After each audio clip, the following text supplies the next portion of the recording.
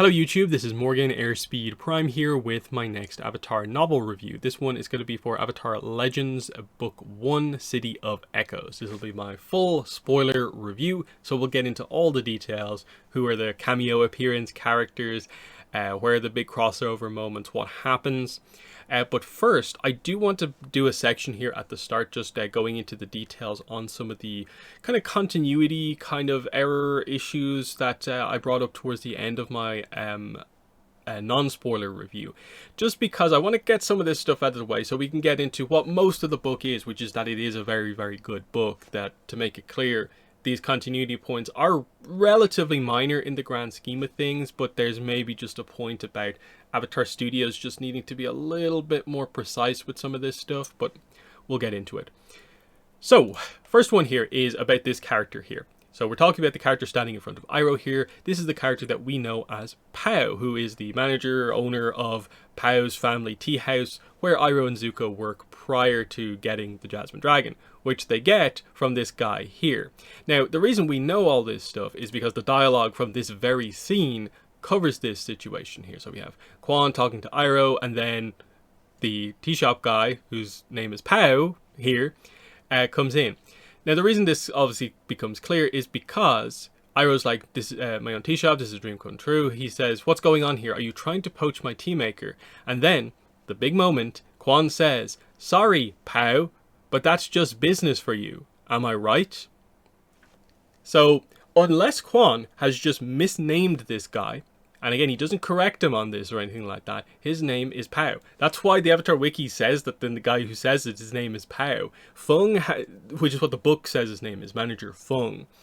That's why Fung has never kind of come up before. And I don't really understand like how this really happened, because clearly when they're putting this book together, they're being heavily referential to the Ba Sing Se arc and its episodes. And Lake Laogai is, of course, part of that, which is where this comes from. So, I don't know if they just missed this, but it's weird because they clearly put some effort in to explain some stuff here, which is weird, that it's Manager Fung, and then they make the side note of it's Fung because, contrary to popular belief, none of the Pow family works at the Pow family tea house. Even though, as far as we're aware, their guy's name is Pow. And the whole Fung thing is a bit weird as well, because there is a character in Avatar named Fung, but he's the White Lotus guy that, like, is where we get the introduction, effectively, to the White Lotus, who gets kind of, basically organizes Iroh and Zuko getting into Ba Sing Se, from, like, the Misty Palms Oasis, of course. So, there's a few things there that just kind of feel like, how did this happen? Obviously, you maybe have to bring up the idea of, is this actually maybe the correct interpretation of the scene? Is that Quan doesn't know what his name is and just assume because he's in the Pow tea house that that's what his name is. And Fung doesn't correct him. But I think that is a weird way to have to kind of retroactively interpret this scene, just because the book makes a weird correction or just made a mistake. So I put this kind of, at least right now, until we get clarification, in the category, like with the Reckoning of Roku and the Comet year error, of just mistakes were made. Like, it shouldn't really happen. These are the sort of like detail things that they apparently have people at Avatar Studios to deal with to prevent happening. And it just really speaks to the idea. A lot of these approvals, sometimes they don't seem as detailed as maybe they should be. Because there's a lot of hardcore fans who would never make these errors, yet the official company is making these errors. And it's just a bit frustrating. Not going to make a giant deal out of it. It's just like, in this case, ultimately, it is just a minor character getting their name wrong. But the fact that they double down on it when it's clear that it's wrong is a bit like, come on, guys. Next, we'll address the old Nickelodeon website information, which, like I talked about, they have retconned some of this stuff. And I think this is fine, because I think that the way you are meant to interpret a lot of the old website information at this point is that it's all there to be kind of used or retconned. As in, you should not be, I think, just broadly taking everything written in the old website information as 100% canon. They can't contradict this. Basically, since they've started properly doing publishing, they have been adjusting some of this stuff when relevant characters have been used. Now, to be fair, they have in some cases just taken what is there in the Nick website fact files and just used them as the canon information. Like Piandao very recently in the RPG, it all lined up. They just used that stuff. The same goes for like June from Bounty Hunter and the Tea Brewer. They referenced that. They added a little bit more in, but like they ultimately referenced what was present there for the most part. But of course they have made changes, most notably like Ursa. They completely changed the backstory that she has on the old website when they did the search, which was for the best. And, you know, they obviously put a lot of effort into that story, so it makes sense. Here, what they've done with the two kind of Jin fact file pieces of information is mostly that they've changed some of it, clearly for storytelling reasons and the way they want to overall position Jin as a character. But they have overall tried to keep what is presented here, at least there in spirit. So, the Jin fact file is mostly fine because most of it's just describing her character, which is intact, of course. It's the second half where it's like most people in the lower ring, Jin's parents were refugees who moved to the city. They have struggled much of their life, but they have been strong and able to provide for their family.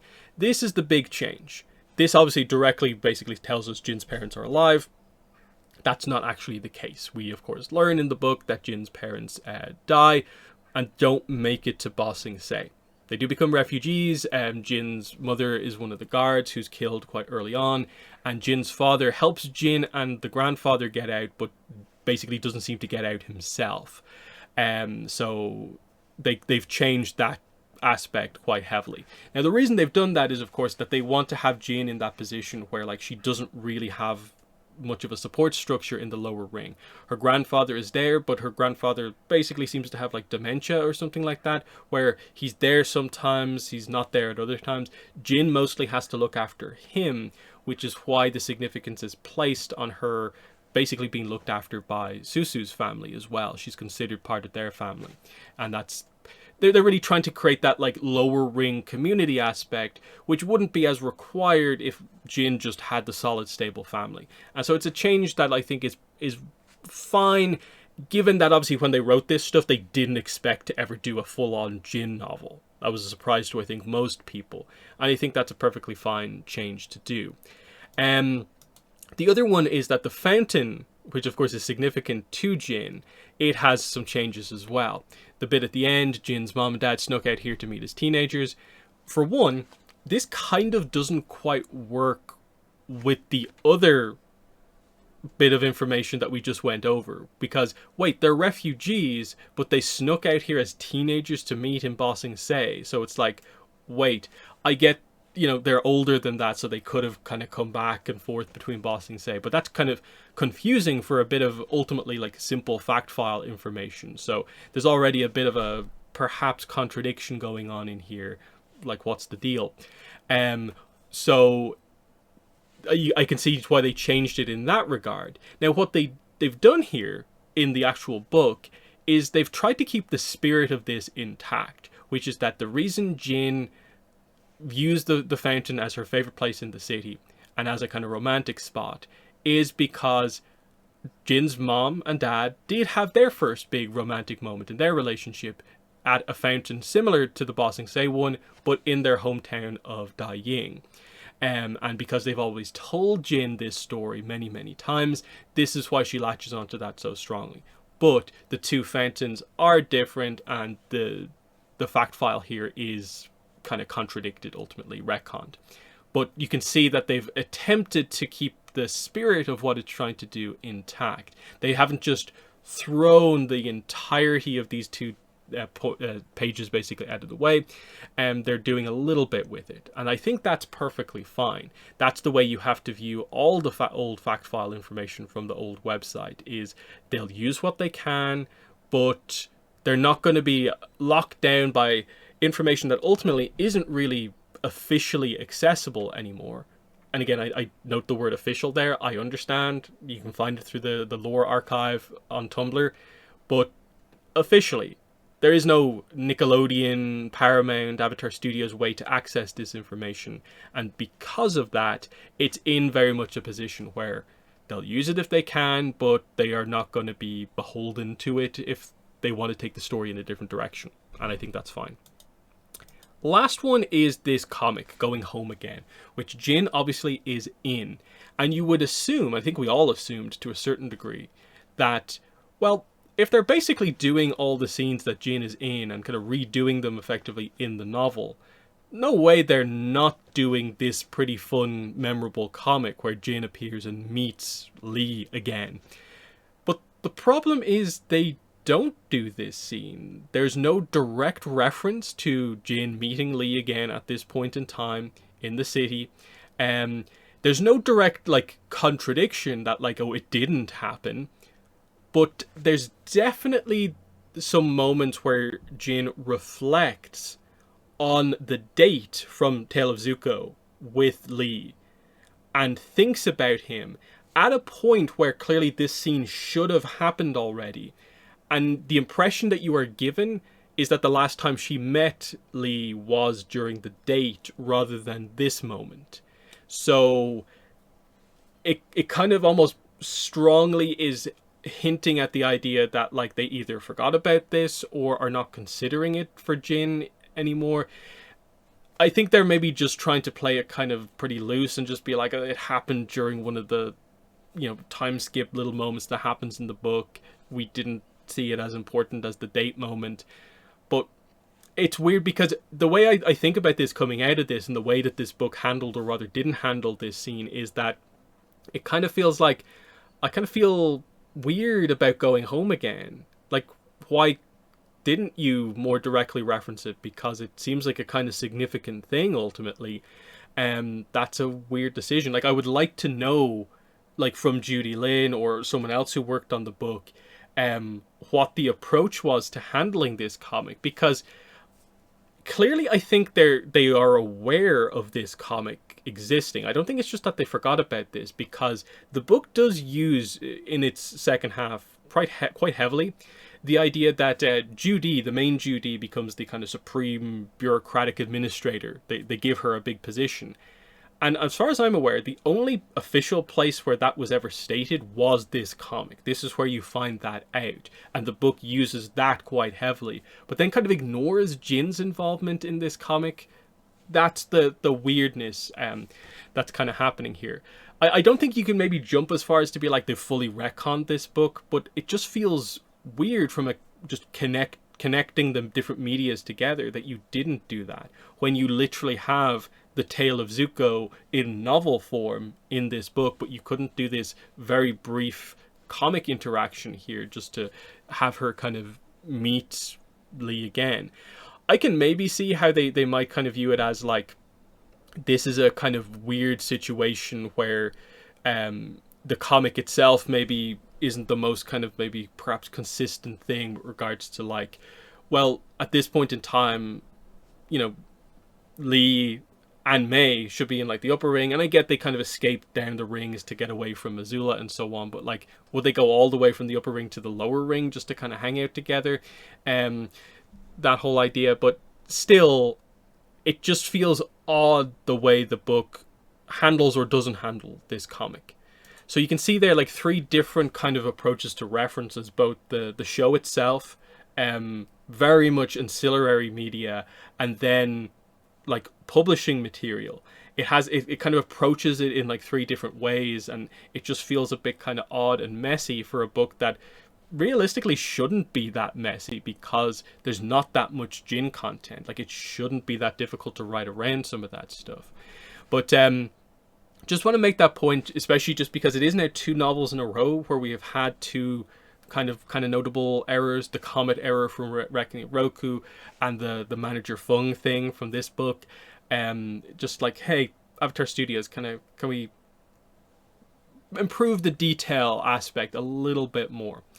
But yeah, that aside, the book, there's a lot of positives to be had about this book. I would very much recommend this to people, especially like if you see my non-spoiler review, I am overall pretty positive on this book. I just wanted to get that kind of continuity stuff out of the way, so I'm not just inserting it in at random points. The book is very strong, I think, and it's an enjoyable, different style of book to the Chronicles of the Avatar series, but it's so fun because it is so interlinked to the Ba Sing Se arc. So let's get into talking about this, just the plot, the story, the cameos, much more openly. So of course, early on we establish this is who Jin is, this is her situation. She's here in the city with her grandfather. Somewhat early on, you do get the establishment of that, like she doesn't expect to see her parents again. She knows her mother is dead and assumes she's never going to see her father again. And this basically gets confirmed later on in the book as we kind of go forward in kind of pretty brutal fashion. The way her mother's death is described in particular is so brutal when you actually hear about it. So yeah, she's in a very tough position because she has to basically look after her grandfather who is sick, while also managing like going to school. Like her grandfather wants that for her, the chance at this kind of better life in the city because she has good calligraphy skills from him, but she is having to manage a lot because she's also, you know, interlinked with the Wen family, so Su Yin Wen's family, who've kind of taken her in as a part of their family because they can see how much she's struggling with the fact that she doesn't have her parents and has to look after her grandfather. And that's got across really well in the early stages of the book, that just she would do anything for this family because they were so important when she arrived to the city like 3 years ago. Susu is this ray of hope in her life as this incredibly kind of confident, bubbly girl to a certain degree. And you can see how like some of Jin's traits maybe come from someone like a Susu. But you can also see like with Susu, as like you do get introduced to her, that Jin is the one who's like, I'd be perfectly happy to have this kind of normal, comfortable life just working at the bakery. Whereas Susu there definitely has ambitions kind of for more beyond that. Like she is kind of talented, kind of almost like above and beyond. But what hope does she have? Because it's just so difficult to move beyond the lower ring just with everything going on. This is where we do get introduced to Juan, Xuan, the apothecary's son, who is the main romance interest for Jin in the book. It of course starts out terribly. So many of their initial interactions are one or the other making the other look absolutely terrible in a scene, and it just seems like their relationship has got off to a terrible start. But of course, he is the way that Jin is going to have a chance to get Susu back after the big sort of early plot event of the book happens, which is that Susu's father gambles away the bakery, loses. He then, in an effort to try and kind of quote unquote make up for this, gets into a fight and is basically imprisoned for the rest of the book. He's kind of not really relevant. But the point is, he loses the family, the bakery, in this kind of gambling incident. And Susu is the only one to allow them to keep it by taking this contract in the upper ring, where they work out that Susu will go away and do this contract and the Wens will get their bakery back. And so yeah, Jin loses her best friend in this moment and kind of dedicates herself to kind of doing what she needs to do to get her back, and quickly realizes that in the lower ring, the only kind of capacity she really has to do that through is kind of criminal activities, realistically. So this is where she kind of gets involved in this through kind of beginning to get on better with Juan and kind of realizing that like, oh, he's kind of interlinked into this sort of thing. He puts her up for an initial kind of mission for the Silver Fangs. And this section of the book is really, really interesting at the start, where she goes on her first kind of few missions for the Silver Fangs. And like the first one is to, I think it's the middle ring, to this professor. And she delivers this, what is it? It's a piece of wood turned to stone. So it's like petrified wood that has this kind of like vein of color kind of going through it. And when she delivers it, the guy shows it to her like, hey, do you know what this is? Like, you're an earthbender, right? Like what do you think of this? And then you get this very kind of mysterious statement where he talks about like, oh, earthbenders like you are going to be important in the future when like everything happens. And he's like, he gives this very vague statement about like some stuff is about to go down, and Jin just has no real clue what to make of it. And it's like, that was kind of odd, but okay. And then like the second mission she goes on is to the upper ring, and it's to deliver a package to Madame Mokmu Ling, which is a really cool cameo appearance here, where she's of course 575 Society and other things, from the Tale of Sokka. She's the one who has the haiku battle with Sokka. So Jin delivers to her, with the setup being that she's very strict about who she allows to deliver to her. She expects the person even just delivering her package to her to be impressive in some way. And Jin does manage to impress her, because the delivery is fancy calligraphy brushes from the Fire Nation, which are illegal imports. And she asks her, like, hey, do you know what these are? And Jin eventually reveals that she does know what they are, because she knows calligraphy from her grandfather. And in a way, Mokmu Ling kind of tests her. Like, hey, set up my ink for me, and then test one of these brushes for me. And Jin is like shocked by this, because it's like, how am I the one here doing this like delivery, getting asked to use this legendary kind of brush? But she does it, and Mokmu Ling is impressed by Jin, and kind of is like, yeah, I will accept deliveries from you. I actually want to kind of interact with you more. I see something in you. So this is a good thing for the Silver Fangs. One of their big clients is now impressed with one of their kind of delivery runners. But even that is a kind of weird one, where it's like, what's going on here? That like, this is not your typical criminal like underworld dealings where it's just deliver the package and get out. Both people so far have kind of like tested her to a certain degree. And you realize later on, as you go through and you learn more about the Silver Fangs, especially when you get the later like White Lotus reveal about the Silver Fangs, that like, oh, does it connect all the way back to like these early points as well, that because the ultimate leader of the Silver Fangs is a White Lotus member, are they kind of implying that like a lot of the people that they work for and help are also White Lotus, or at least White Lotus adjacent? At the very least, the point that is being made here is that the Silver Fangs are not just a criminal organization. It's not just a gang.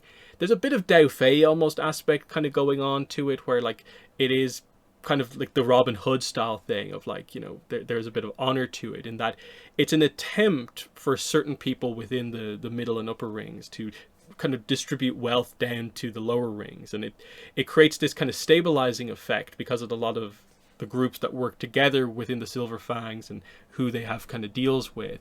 It kind of allows the lower ring people to survive and thrive. So in the same way that you get situations like, say, Susu's family immediately taking Jin in, you also see that like the Silver Fangs exist primarily to create a bit of a stability in parts of the lower ring. And then later on, when you get the big reveal about like it is White Lotus at its heart, and then especially for later on in the book, where when the White Lotus retake Ba Sing Se, it's assisted in the background by the fact that there's basically White Lotus kind of organization throughout the lower rings of Ba Sing Se as well. So that they while the big battle is taking place that seems to win the day, the White Lotus effectively also organizes a bit of a like lower ring uprising that definitely assists in the taking back of the city. Which is very cool when towards the end of the book you get that reveal about like White Lotus stuff. But then you also get stuff like Jin in the middle of the occupation, just before the comet's about to come, like meets a Fire Nation soldier. And it's a weird interaction where Jin comes out of it almost like, I'm lucky I didn't get like captured or something worse. But then at the end of that conversation, it's like, oh, that Fire Nation person is White Lotus. Like, they're in the city ahead of the retaking kind of campaign that we mainly saw from the leaders of the White Lotus, of course. So that's probably the main kind of like complex plot point that kind of goes throughout the whole book, that I'm fascinated to kind of do the analysis videos to go back through to see how much connection there is there. Because at one point they mentioned the idea that like the White Lotus means something to people who have been in Ba Sing Se for a long time, to people who are like older Earth Kingdom families, even in the lower rings. the White Lotus symbol does mean something to them, which suggests like a little bit more of a, the White Lotus meaning more, and that's kind of cool because they use it kind of quite cleverly towards the end in terms of like how Jin and like the Wens help to organize things in their part of the lower ring. Like they bake these baked goods that have a White Lotus symbol on the top, and they use this to sort of get a secret message out to people about like when the comet comes, we rise up. Basically, we don't let them just take over our city, which is cool. But that's skipping way to the end, of course. But the way that reveal happens is kind of nice because like there is a certain point at which it just ends on you've joined the Silver Fangs and a White Lotus tile was given to you type thing. And it's a fun one because like of course the White Lotus we think of it as just a couple of really high-end people, but it is a much bigger organization than that. There are lower ranked members, and here we have some kind of, I guess, higher ranked people who are more doing kind of infiltration, because the big thing with the Silver Fangs that kind of ends up happening is that like, okay, they're helping the people of the lower ring with these kind of like business dealings that helps get the wealth more also down to the lower rings. One thing that happens when the occupation does go down is that like certain people, like say the apothecary, do get taken away. And then this is when Jin and Juan execute their plan to try and get Susu back from the palace, basically. Because at that point, like all the Judees are basically the supreme bureaucratic administrators. So they have to go to the palace to try and get her back. They get captured in the middle of all this, and they think it's complete failure. Eventually, they get brought before Aunt Sumi, who is the main kind of White Lotus person. And they think they've been betrayed here. Of just like, what's happened here? Like, why are you working for the Fire Nation? But the reveal is actually that, like, no, we kind of let ourselves get captured to kind of allow ourselves to kind of fight another day. We've carefully switched sides to be in the right position so that we could get you out there to get word out, because we know what's about to happen in terms of like the counterattack, but the rest of the city needs to know to attack at the same time. And they kind of, from there, kind of organize this kind of situation. But it's cool to see that like, oh yeah, like there are some loyalists left in the Dai Li. They highlight that like, yeah, not all of them are just, they left with the Fire Nation and sided there. There are some of us who still side with the Earth Kingdom. And a lot of that was like really kind of cool. That's like the really kind of shocking parts of the book when you get those kind of twists and turns happening. That is where like a lot of the depth comes from, which is kind of cool. But yeah, let's go back a little bit in terms of like, okay, cameo appearance. I talked about the Mok Mu Ling scene is actually surprisingly really, really good. But the main cameo characters in the book is actually Smellerby and Longshot. In a very interesting kind of turn, they give us like the other side of their story that almost does feel like it's a little bit missing, because we kind of just had Jet die and they stayed back with him. But then you sort of do wonder like what exactly happened in the aftermath of that. And there was a lot with Jet that was kind of left kind of hanging unresolved, and this book definitely uses the fact that Smellerby and Longshot are here for the long haul to do some decent development with them.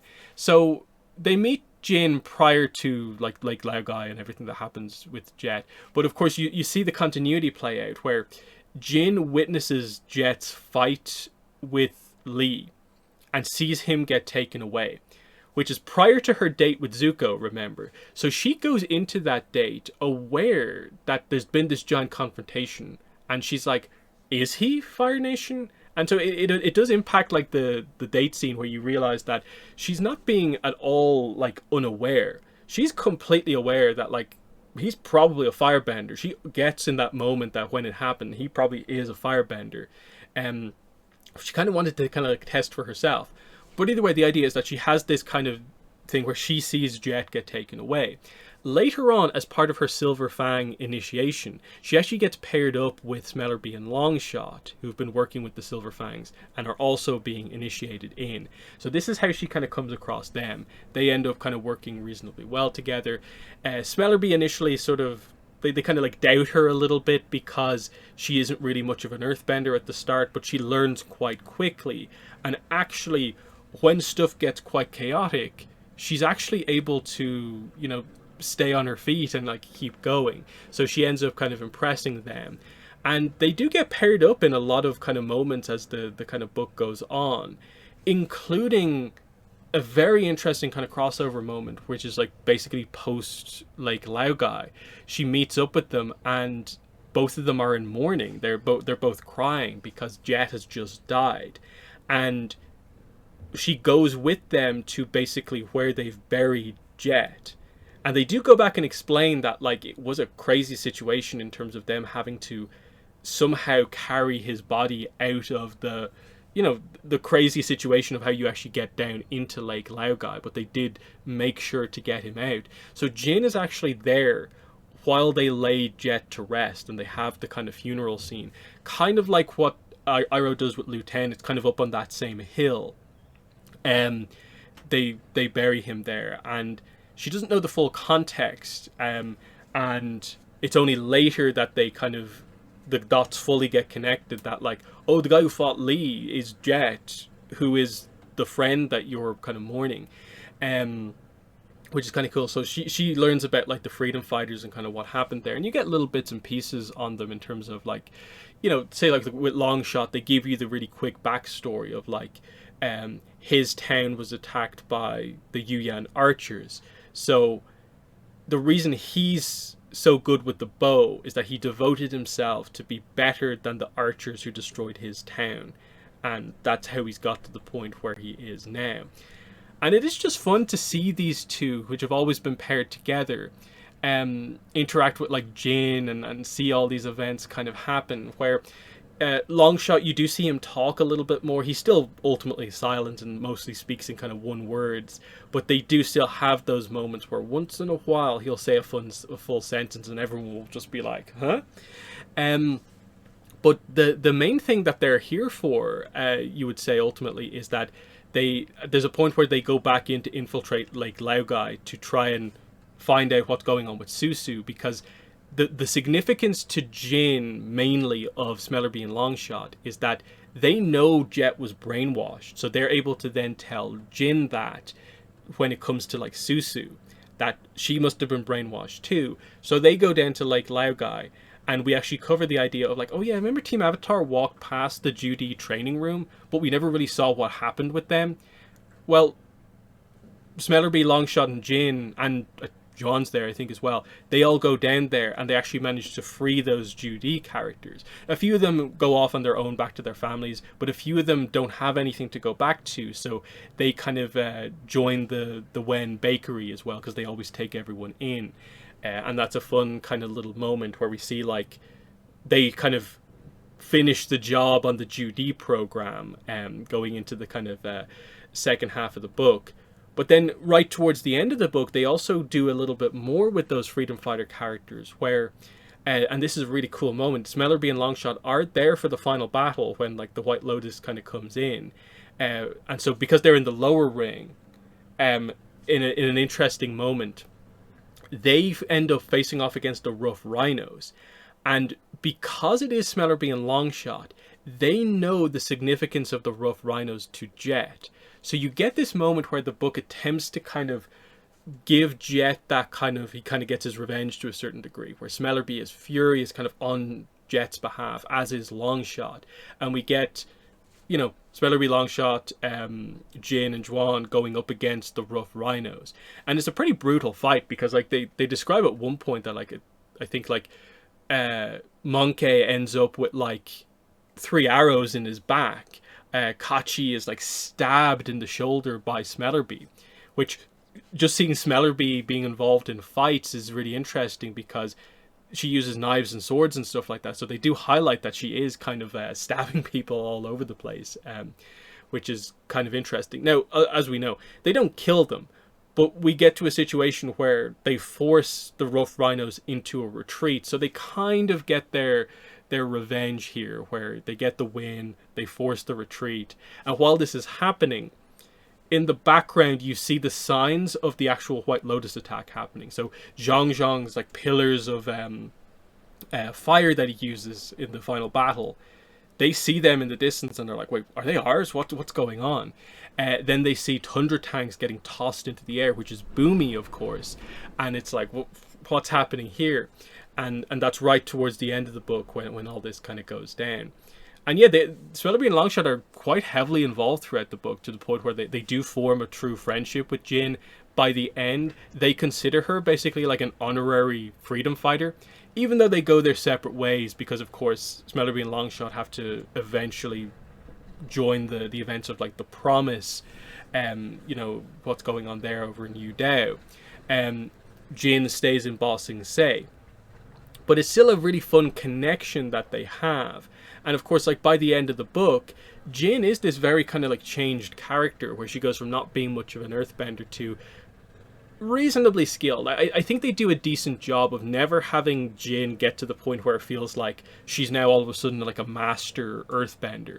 She has a few moves. She's able to sort of like stealthily take people down if they don't see her, because a lot of times they're going undercover as Dai Li agents. So they kind of try to learn the Dai Li techniques of using the kind of like balls of earth and then wrapping them around people's legs, the kind of gag over the mouth. Jin kind of eventually learns to use that. They kind of describe that, like, say she's not quite skilled enough to do the full rock glove thing that the Dai Li use, but Chuan is able to do that. So it's a fun kind of little moment where in the fights they kind of make it, I think, pretty clear that like this group is many levels below like what Team Avatar can do when they come together, or the White Lotus group can do when they come together. But like if they're stealthy enough, yeah, like from a distance, like, you know, Longshot can take people out, Smellerbee can sneak up on them and quickly take them out, and like between Jin and Juan both being earthbenders, they are able to quickly take down some people if they are like if they sneak up on them. But the second it becomes more of a open battle, you can sort of tell that they're in a little bit of trouble, and they never, I think, overdo it in that regard, which is kind of interesting. Some other cameos that happen is one of the people I think they find down in Lake Laogai at one point is General Sung. So again, this is post the coup of Ba Sing Se, which involves the Council of Five being taken out.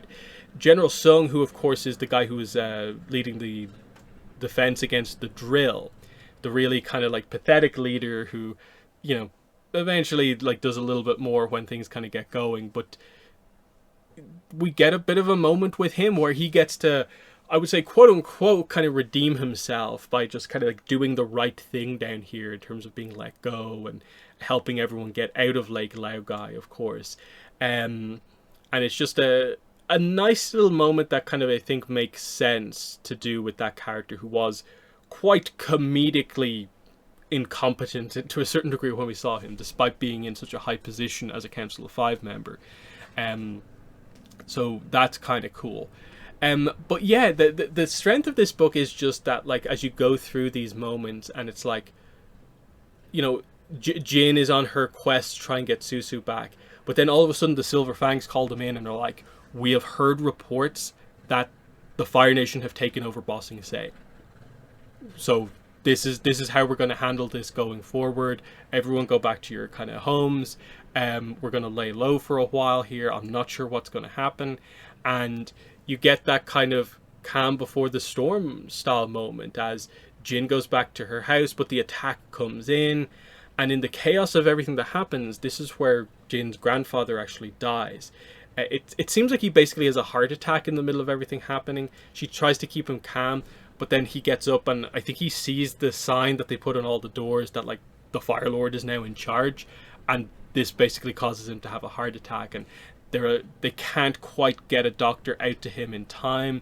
And the death is really tragic because of how sudden it is. Like, they have a final moment together where they get to talk, and then they go to sleep. And then Jin wakes up, the doctor arrives, and it's just straight away, he died. He died in the middle of the night. I'm sorry. There's nothing they could do for him. And so, kind of in the same way that, like, Jin was there during kind of like Jet's funeral, Smellerbee and Longshot get to be there to sort of like help dig Gong Gong's grave. And it's a really cool moment as well, because you also see the community of the Lower Ring come together. Even though there's crazy stuff going on with the Fire Nation occupation, there's this real sense of the community of the people of the Lower Ring, where everyone will help out to dig the grave, because at some point previously someone helped them dig a grave. Um, and so Smellerby and Longshot help as well. And it's just this cool display, because afterwards when it's done, I think like everyone like puts a candle out the window for a little moment to kind of acknowledge one of their own. And it's a nice moment that is kind of meant to be a little bit of a setup for like the final battle, where it's like, how are we going to win the day? And it's like, it's by this community coming together at the key moment to fight back against, the Fire Nation coming in. So that's cool. um Otherwise, like, as you approach the end, and like I said, Susu is more positioned as like she's one of the supreme administrators, like one of the main Judees. We're up at the palace. This is where Jin and Chuan go in as kind of Dai Li undercover agents. So they infiltrate the palace, and this is where it kind of switches over, where Jin then kind of joins the kind of laundry team at the palace, whereas Chuan remains as a Dai Li agent. And this is where, like, at this point, they're already kind of, their relationship is pretty good at this point, because they've worked with each other on so many missions. And, like, in the same way that Smellerby and Longshot are with her a lot, I almost forgot to mention, he's there in all of these scenes as well. So he's helping her with stuff with her grandfather.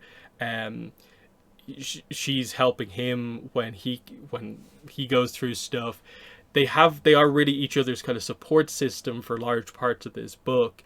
And then as part of their undercover kind of thing, they end up just kind of falling into this situation where, oh, we can openly talk to each other, even though like you're in the laundry and I'm a Dai Li agent, by just kind of highlighting that we're in this kind of secret relationship. And it's funny because like it's around this point in the book where like it actually becomes a real relationship. The kiss between Jin and Chuan happens. It's after they're captured, when like it all goes wrong. The attempt to get Susu out goes completely wrong, and they get captured. They're held in prison together. This is kind of where their relationship kind of really goes from strength to strength, because they just have nothing but time to talk with each other. And again, it is Jin who's the one to initiate the first kiss, and it kind of takes him by surprise. But they are immediately just a couple from this point on. And so when they're finally able to get through to Susu, and the way they do the kind of anti-brainwashing of Susu is kind of interesting, because there's a few scenes where it just seems like nothing Jin says is getting through to her. But then there's like one or two mentions, like she mentions like Susu's baby sister Ming. And it feels like that kind of gets through like a little bit. And it seems like something in Susu at this point, like Judy Susu, kind of like changes, and it's like, I don't agree with everything you're saying, but I'm oddly feeling like I want to come back and talk to you more. So Jin is kind of like, bring back these baked goods and we'll have a conversation. And as they're having this conversation, it's mentions of like her kind of grandmother, her mother, her sister. And especially as they eat then, little moments of just like the way they would always share the baked goods together. Because again, the Wens run a bakery, so they're always doing this. The little mannerisms for how Susu would go about eating the things that have like fillings in them and stuff like that. All of a sudden, this is the big kind of connection moment of just like eating together with her friend. And it begins to kind of break through. It's not an instantaneous, but you see more of actual Susu comes out, and then she realizes immediately that like, oh, you're in here with Chuan, and you two seem to basically be in a relationship, and she immediately starts teasing the two of them about that relationship, and you can see more of like the old Susu from the early chapters kind of comes out, and it's a pretty nice, emotional, impactful moment when it actually happens. And this just kind of continues as it goes forward. You could maybe I think the slight criticism as the book goes on is that it does feel like Jin and Chuan's relationship kind of replaces Jin Susu a little bit as you go forward. That there's maybe not as much for Susu to do apart from just be rescued when we get to the end of the book. And And then, like I kind of touched on, I think, in my non-spoiler review, the ending to me feels a little bit abrupt, purely just because like it's a Jin kind of one-shot novel. And the way they end it is just like, after we've kind of fended off the Fire Nation, the war is over, we get a quick epilogue chapter where it starts off with Jin seeing the kind of picture of Fire Lord Zuko and realizing like, I kissed the new Fire Lord, like that's who he was. And she just has this kind of crazy moment. It's just like, that's something I guess I'm always going to remember. But she has the relationship with Juan now, and everything is kind of back to normal. And it just feels like the book sort of just ends on the note of like, okay, we're back to normalcy, I guess, and things will be better post-war. But like, it never feels like we quite say like, and like, what's Jin's plan going forward necessarily? What's everyone's plan going forward? Because Jin feels like she did like a bit of everything in this book, where she is still the capable student, but she was also someone that the Silver Fang saw a lot in for a variety of reasons, for like the calligraphy and stuff like that. But then she seemed to adapt to kind of being more of a freedom fighter, being the fighter as well.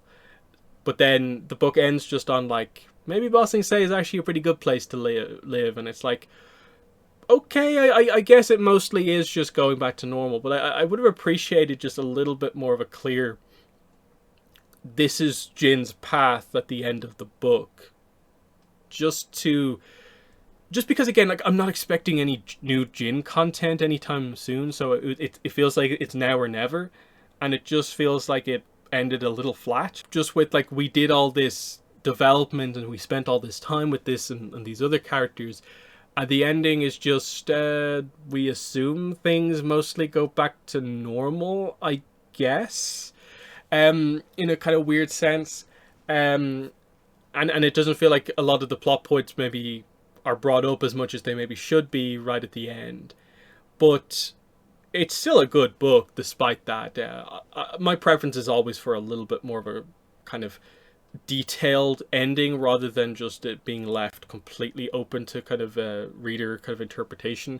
This one was a little bit too kind of quick for me ultimately. Like I said, just mainly because we're never going to follow up on Jin at any time soon. Maybe the fact that this book exists maybe will highlight that maybe at some point down the line we'll find something out, but it's like, I don't really have super high hopes. In the same way that like a lot of the one-shot comics, I don't really have a lot of high hopes that we're going to come back to some of those plot threads. It's the same here, but almost bigger, because it was a full novel of build-up, and then it felt like, oh, our connective tissue is over now. We're not really going to tell you what happens to Jin after the series, getting into the comic timeline or anything like that. But and that's maybe part of the kind of issue, is that they don't maybe want to really highlight what many of the characters are doing into the future, because we are getting like an Aang movie that is into the future. But is Jin gonna be in the Aang movie? I don't think she is, but we'll see what happens. So yeah, that's most of my thoughts on the book. Like, there's so many kind of things I probably didn't mention here that I probably should be mentioning here. But like I said, I'm doing chapter analysis videos. They'll be starting in the coming days, and you'll see my thoughts on basically every chapter as we go through the book in that sense.